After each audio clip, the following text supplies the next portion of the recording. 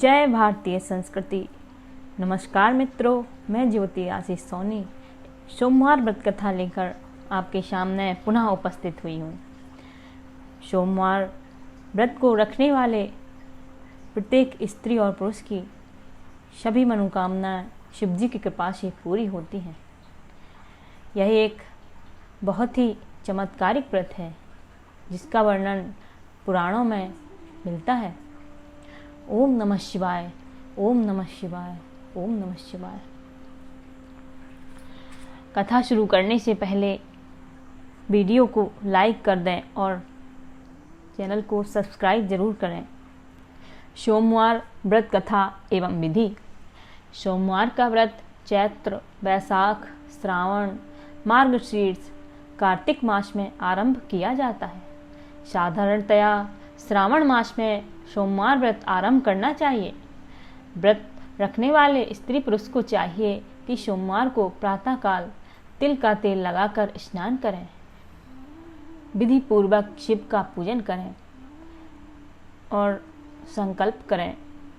मम क्षेम स्थैर्य विजया रोग्यर्ष व्यर्थम सोम व्रत करशे से संकल्प करके शिव पूजन करें। ओम नमो 10 भुजाय त्रिनेत्राय पंचवदनाय शूलिने श्वेत वृषभारुणाय सर्वाभरण भूषिताय उमा देयार्ता स्थाय नमस्ते सर्वभूतये से ध्यान करें, अथवा शिवजी का ओम नमः शिवाय से उमा पार्वती का षोडशोपचार पूजन करें। इन्हीं मंत्रों का शक्त्यानुसार जप और हवन करें। सोमवार के व्रत को 16 सोमवार तक करें, फिर उद्यापन करें। इस व्रत के प्रभाव से सभी प्रकार के सुखों की प्राप्ति होती है। सोमवार का व्रत साधारणतया दिन में तीसरे पहर तक होता है।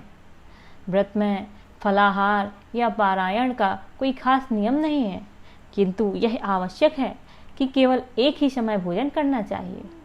सोमवार के व्रत में भगवान शंकर तथा पार्वती का पूजन करना चाहिए। सोमवार के व्रत 3 प्रकार के हैं: साधारण प्रति सोमवार, सौम्य प्रदोष और 16 सोमवार।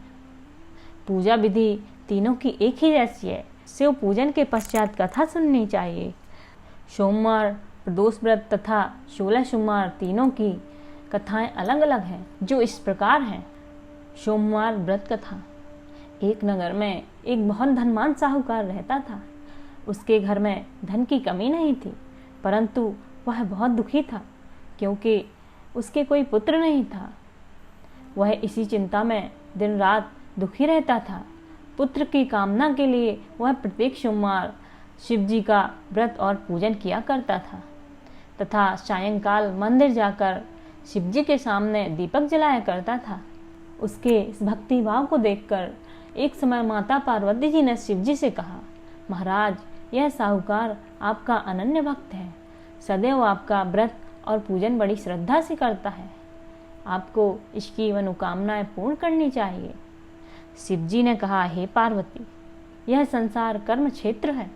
किसान खेत में जैसा बीज बोता है वैसे ही फसल काटता है। उसी तरह मनुष्य इस संसार में जैसा कर्म करते हैं वैसा ही फल भोगते हैं।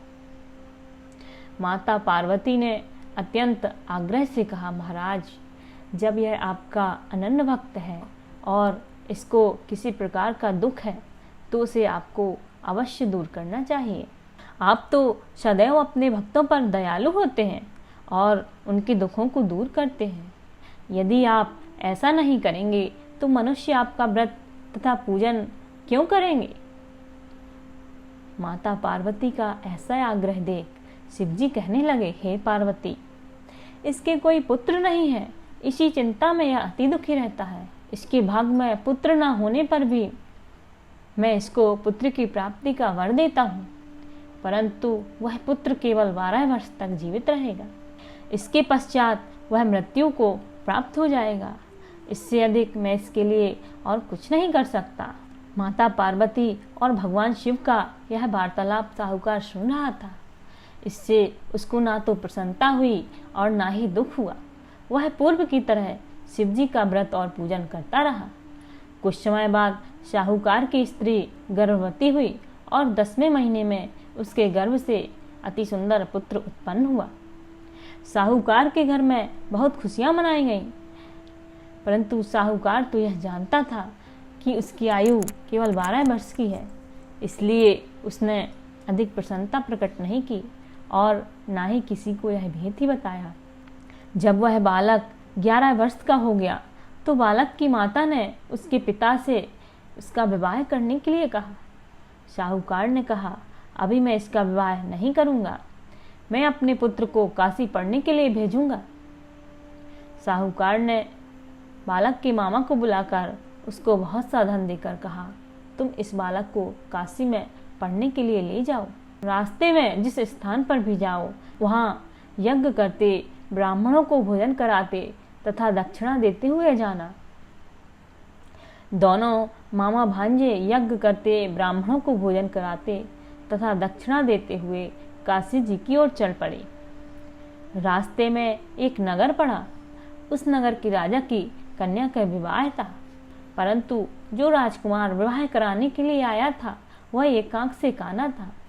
उसके पिता राजा को इस बात की बड़ी चिंता थी, कहीं राजकुमार को देख राजकुमारी तथा उसके माता पिता विवाह में किसी प्रकार की अड़चन न पैदा कर दें। जब उसने सेठ के अति सुंदर इस लड़के को देखा तो मन में विचार किया, क्यों ना द्वारचार के समय इसी लड़के से वर की सारी रस्में पूरी की जाएं। ऐसा मन में विचार कर राजकुमार के पिता ने उस साहूकार के लड़के और उसके मामा से बात की। फिर वे राजी हो गए। फिर उस साहूकार के लड़के को वर के कपड़े पहनाकर तथा घोड़ी पर बैठाकर कन्या के द्वार पर ले गए। कार्य प्रसन्नता से पूर्ण हो गया।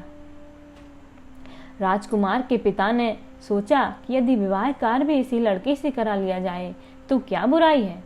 ऐसा विचार कर लड़के और उसके मामा से कहा, यदि आप फेरों और कन्यादान के काम को भी करा दें तो आपकी बड़ी कृपा होगी। मैं इसके बदले आपको बहुत सा धन दूंगा। दोनों ने इसे भी सहर्ष स्वीकार कर लिया। विवाह कार्य बहुत अच्छी तरह से संपन्न हो गया। सेठ का पुत्र जिस समय जाने लगा तो उसने राजकुमारी के चुनरी के पल्ले पर लिख दिया, तेरा विवाह मेरे साथ हुआ है, परंतु जिस राजकुमार के साथ तुमको भेजेंगे वह एक आंख से काना है। मैं काशी जी पढ़ने जा रहा हूँ।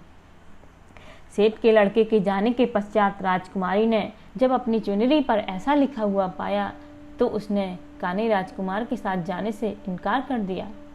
उसने अपने माता पिता को सारी बात बता दी और कहा कि यह मेरा पति नहीं है, मेरा विवाह इसके साथ नहीं हुआ। जिस वर के साथ मेरा विवाह हुआ है वह तो काशी पढ़ने के लिए गया है। राजकुमारी के माता पिता ने अपनी कन्या को विदा नहीं किया और बारात वापस चली गई। उधर सेठ का लड़का और उसका मामा काशी पहुंच गए। वहां जाकर उन्होंने यज्ञ करना और लड़के ने पढ़ना शुरू कर दिया। जिस दिन लड़के की आयु 12 साल की हो गई उस दिन मामा ने यज्ञ रच रखा था। लड़के ने अपने मामा से कहा, मामा जी आज मेरी तबीयत कुछ ठीक नहीं है। मामा ने कहा, अंदर जाकर सो जाओ। लड़का अंदर जाकर सो गया तो थोड़ी देर में उसके प्राण निकल गए। जब उसके मामा ने आकर देखा कि उसका भांजा मृत पड़ा है तो उसको बड़ा दुख हुआ। उसने सोचा कि अगर मैं अभी से रोना पीटना मचा दूंगा तो यज्ञ का कार्य अधूरा रह जाएगा। अतः उसने जल्दी से यज्ञ का कार्य समाप्त करवाकर ब्राह्मणों के जाने के बाद रोना पीटना शुरू कर दिया। संयोगवश उसी समय शिव पार्वती जी उधर से जा रहे थे। जब उन्होंने जोर जोर से रोने की आवाज़ सुनी तो पार्वती जी कहने लगी, हे महाराज, कोई दुखिया रो रहा है, इसके कष्ट को दूर कीजिए। जब शिव पार्वती जी वहां पहुंचे तो उन्होंने पाया कि वहां एक लड़का मरा पड़ा था। माता पार्वती कहने लगी, महाराज, यह तो उसी सेठ का लड़का है जो आपके वरदान से उत्पन्न हुआ था। शिवजी ने कहा, हे पार्वती, इसकी आयु इतनी ही थी, वह यह भोग चुका। तब पार्वती जी ने कहा, हे महाराज, इस बालक को और आयु दें, नहीं तो इसके माता पिता तड़प तड़प कर मर जाएंगे। माता पार्वती के बार बार आग्रह करने पर शिवजी ने उसको जीवन का वरदान दिया। शिवजी की कृपा से वह लड़का जीवित हो गया। इसके बाद शिवजी और पार्वती जी कैलाश पर्वत की ओर चले गए। शिक्षा पूरी होने पर वह लड़का और उसका मामा उसी प्रकार यज्ञ करते, ब्राह्मणों को भोजन कराते तथा दक्षिणा देते अपने घर की ओर चल पड़े। रास्ते में उसी नगर में आए जहाँ उस लड़के का वहाँ की राजकुमारी से विवाह हुआ था। वहाँ आकर उन्होंने यज्ञ आरंभ कर दिया। उस लड़के के ससुर वहाँ के राजा ने उसको पहचान लिया और महल में ले जाकर उसकी बहुत आवभगत की। बहुत से दास दासियों सहित आदर पूर्वक अपनी राजकुमारी और जमाई को विदा किया। जब वे अपने नगर के निकट आए तो मामा ने कहा, मैं पहले तुम्हारे घर जाकर तुम्हारे माता पिता को खबर कर आता हूँ। जब उस लड़के का मामा घर पहुँचा तो उसने देखा कि लड़के के माता पिता घर की छत पर बैठे हैं। उन्होंने यह प्रण कर रखा था, यदि हमारा पुत्र सकुशल लौट आया तो हम राजी खुशी नीचे आ जाएंगे, नहीं तो छत से कूदकर अपने प्राण दे देंगे। उस लड़के के मामा ने आकर जब यह समाचार दिया कि आपका पुत्र आ गया है, तब उनको विश्वास नहीं आया। उसके मामा ने शपथ पूर्वक कहा कि आपका पुत्र अपनी पत्नी तथा बहुत सारा धन साथ लेकर आया है। तो सेठ प्रसन्नता से भर उठा। सेठ सेठानी आनंद पूर्वक नीचे आए। वहाँ बाहर आकर उन्होंने अपने पुत्र, उसकी पत्नी का भरपूर स्वागत किया। सभी प्रसन्नता के साथ रहने लगे। इस प्रकार कथा यहाँ संपन्न होती है। जो कोई सोमवार के व्रत को धारण करता है अथवा इस कथा को पढ़ता है या सुनता है, उसके सब दुख दूर होकर उसकी समस्त मनोकामनाएं पूर्ण होती हैं तथा इस लोक में नाना प्रकार के सुख भोग कर अंत में सदाशिव के लोक को प्राप्त होता है। इस प्रकार कथा यहाँ संपन्न होती है। कथा के बाद शिव जी की आरती तथा श्रद्धानुसार शिव जी को प्रसाद लगाएं और अपनी इच्छानुसार 11 या 21 बार ओम नमः शिवाय, ओम नमः शिवाय, ओम नमः शिवाय इस मंत्र का जाप करें और शिव जी के सामने नतमस्तक होकर शिव जी को प्रणाम करें। शिव जी की कृपा से आपकी समस्त मनोकामनाएं अवश्य ही पूर्ण होंगी। ओम नमः शिवाय, ओम नमः शिवाय, ओम नमः शिवाय। अगर आपको यह कथा पसंद आई हो तो कृपया इसे अधिक से अधिक शेयर करें और कमेंट भी ज़रूर करें और अपना प्यार और स्नेह ऐसे ही बनाए रखें ताकि एक बार फिर मुझे आपसे मिलने का मौका मिले। ओम नमः शिवाय, ओम नमः शिवाय, ओम नमः शिवाय। जय भारतीय संस्कृति।